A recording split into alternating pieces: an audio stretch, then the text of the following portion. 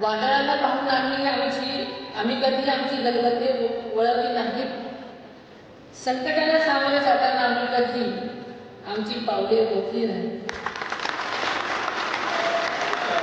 घड्याळाच्या काटांचा हा प्रवास आता थांबणार नाही.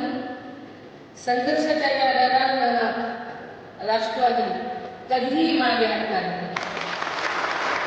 महाराष्ट्रवादी